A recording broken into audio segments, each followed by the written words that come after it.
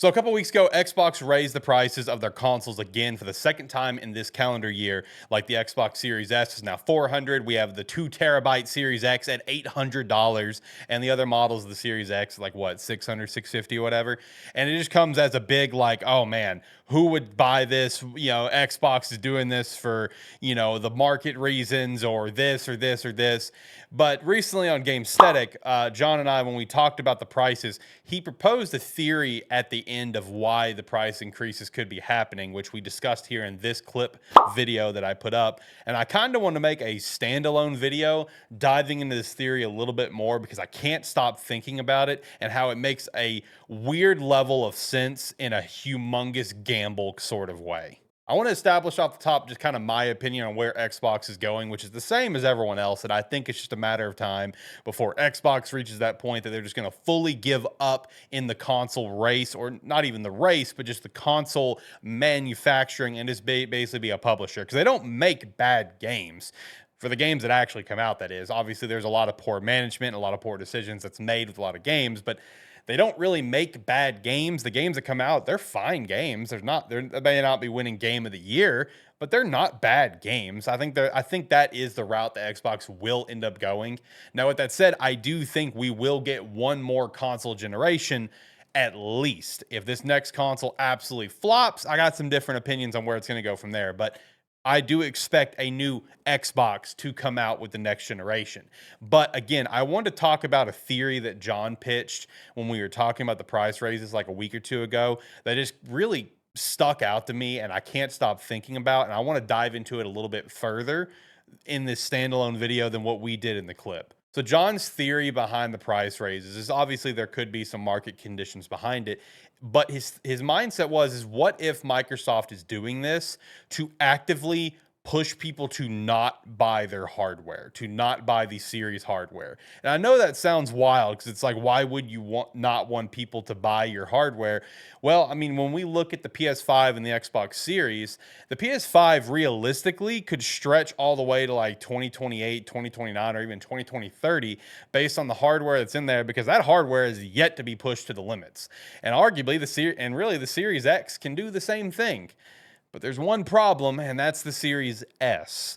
When it comes to Xbox wanting to move on from this generation and potentially hit the next gen in 2027, it feels really early to us, even though by that point it would be the 7-year mark. And we are also potentially anticipating a PS6 that year. I think PS5 could go further beyond that, but just to keep track of like, okay, well, it's been 7 years, we're going to go ahead and move on. PS6 will probably come out 2027 or 2028, especially if Xbox is going to release theirs. But Xbox releasing in 2027 makes a lot of sense because really, I think Microsoft just wants to move past the Series generation. The Xbox One kind of like killed Xbox, and the Series kind of burned the body of Xbox. And it's going to be very challenging to rise from those ashes, but it is possible. The whole idea behind the theory of pushing people to not buy the series consoles is so when they release this new console, this PC and a console hybrid, and a console friendly shell, excuse me, then Microsoft can potentially justify shutting down the series support almost immediately, right? They can support shutting off any support for the series within a year. I personally have predicted that I think when the next console comes out, we're going to see one of the fastest turnarounds of a console shutdown that we've ever seen in history, with Microsoft moving on from the series completely and just strictly focusing on the new console. And I think the big reason behind it is that Series S. That Series S is a phenomenal product for consumers, a terrible product for the industry and for the game devs. Because we've seen time and time again, games get delayed, games have some performance issues in the Series S, and it causes just a huge issue for the Xbox platform.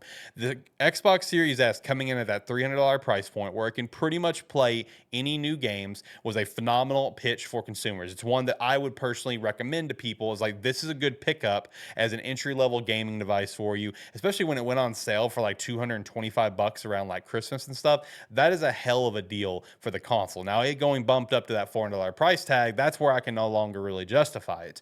But it's the Series S is also the reason why we didn't really see a mid-gen Xbox and Xbox saying, I don't think we really need it. It's not that they didn't need it. It's that, well, again, really, technically they didn't need it. I think the PS5 Pro is one of the most useless pieces of tech on the market, but it's because of the Series S, because it's like if you do this mid-gen pro version of the Xbox Series, it's like, again, all your games need to run on the Series S as well as the Series X. It's the same problem that we've had for the Switch leading up to when the Switch 2 came out, is why we saw so many games delayed from the Switch, from day one release for like PS5, Xbox Series, or even the like Xbox One and PS4 previously, is because it needs to be able to run on that Switch hardware, which is less powerful hardware. And it's the same mindset with the Xbox Series S, is that it is less powerful hardware. Now, was there potentially a cop-out answer that the Xbox could have explored where they just simply made quote Xbox Series X editions?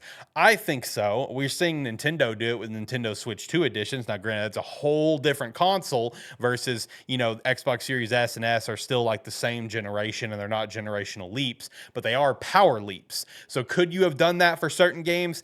Maybe, but it would have, number one, made a confusing storefront at times, and number two, it probably would have caused a divide for your customer base, when your customer base is probably larger on the Xbox Series S, because it was such an ease of access, an ease of entry point, and it also defeats the Xbox Play Anywhere mantra that they're going for. So the whole idea that Xbox is doing this huge big brain chess level play of saying, okay, we're going to raise prices now so people won't buy our consoles, so when we release the new console, whatever it's going to be, we can justify shutting things down in 6 months, because it's like, well, look, we've only sold 5,000 units in a year. Who cares? Right? Like who cares? Look at the player base on the consoles themselves. Obviously, Game Pass does really well, but there's a huge audience on the PC that's for the Game Pass, and there is that audience that plays on all platforms. But when you look at the series, it's only sold potentially like 35 million units. I mean, it only averages maybe 3 million units a year.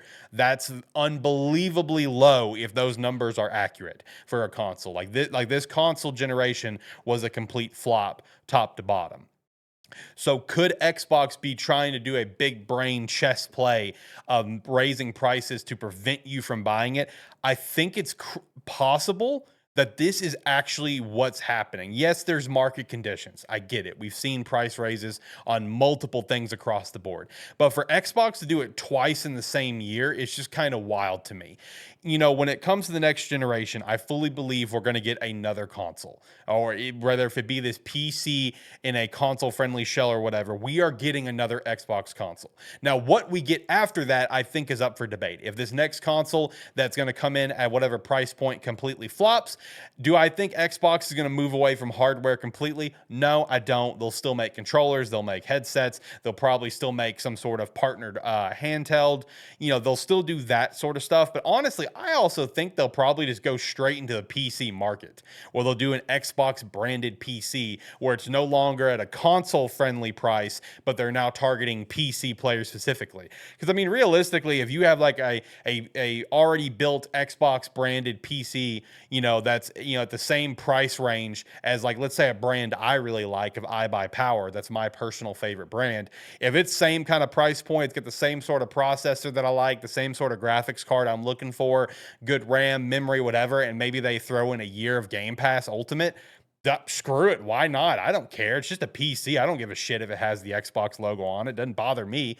I think that is a route Xbox could also end up going with their hardware. So they jump from labeling their hardware as consoles to labeling their hardware as PC. So you will see a gigantic price difference in that, because you're going from that console home, home entertainment system that's like anywhere from $500 to $1,000, because this next generation is probably going to be a $1,000, to you're hitting anywhere from $2,000 to $3,000 plus dollars for a piece of hardware, but you're also targeting a totally different audience, right? I think that is also direction that it could go. This next console, this next PC, in a console friendly shell, if they can nail the price point and the features for it, then I think even with the price increases they've done with the series generation, I think they could potentially win some customers back, right? We're all anticipating $800 to $1,000, and that's probably what it's going to be. That's what I think it's going to be. I'm going to be shocked if the PS6 or the next Xbox is under that price.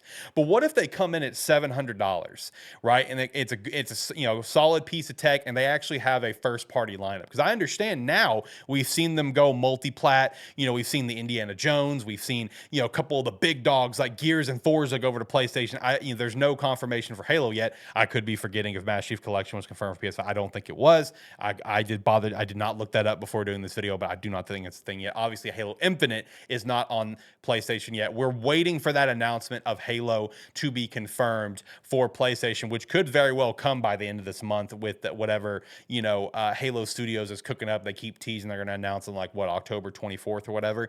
So it could be then this month. But while they've done that and they've done the mindset of, oh well, we want more, we want to reach more players, we want to reach more. They have not said anything in terms of this is a permanent thing. The only thing they've ever said is this is a case by case situation, which is true. That's what it's been. So there's no agreements in place like there is with the COD thing, where it's like we promise we'll bring 10 years to this console. Blah, here. There's no agreements in place for this, right? It's just them doing it because they have low player count in their actual ecosystem of hardware, so they're trying to reach more hardwares because, again, they make good games. So with that said, when we have this next Xbox, what if they don't put stuff immediately on PS6 or PS5 and they wait 6 months to a year and they launch the next Xbox with an amazing looking Halo, an amazing this, and amazing this, and amazing that, right? And they actually go back to gatekeeping and doing first party stuff, and they launch this new piece of hardware at $700 with a great first party lineup. Even with the price increases they've done with the series, you might win some people back in. It just depends on what you bring to the table. Now, obviously, Xbox has pretty much lost the faith of their fandom. Can they gain it back? Possible, but they're going to have to really, really deliver.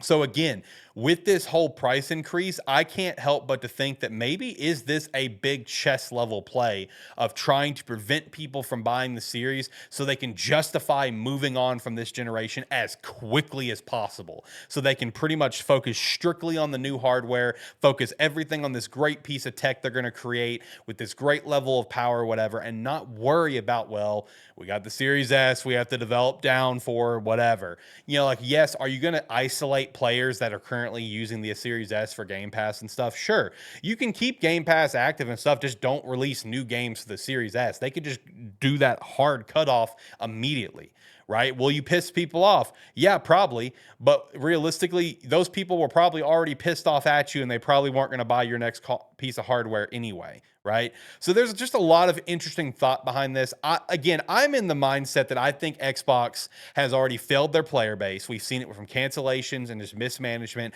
I think they're going to become a publisher someday. That's still my opinion. I'm just throwing these thoughts out here to maybe kind of just open up the conversation a little bit. I want to know your thoughts on this. Do you think that there is a bigger plan behind this, that everyone at Xbox just has a big set of nuts that's just really trying to throw out there and take a humongous gamble, because that's what this would be, is a huge gamble that they think that this next piece of hardware is going to pay off? I mean, what is your thoughts on this? Do you think it's just simply, oh, it's just strictly market conditions, you guys are looking too much into this? Or is there a bigger play at hand? Because the bigger play that I'm throwing out there does make a weird level of sense. Let me know in the comments below. I want to chat with you guys about this. If you made it all to the end, thank you so much for watching. Until next time, guys, have a good one. Bye.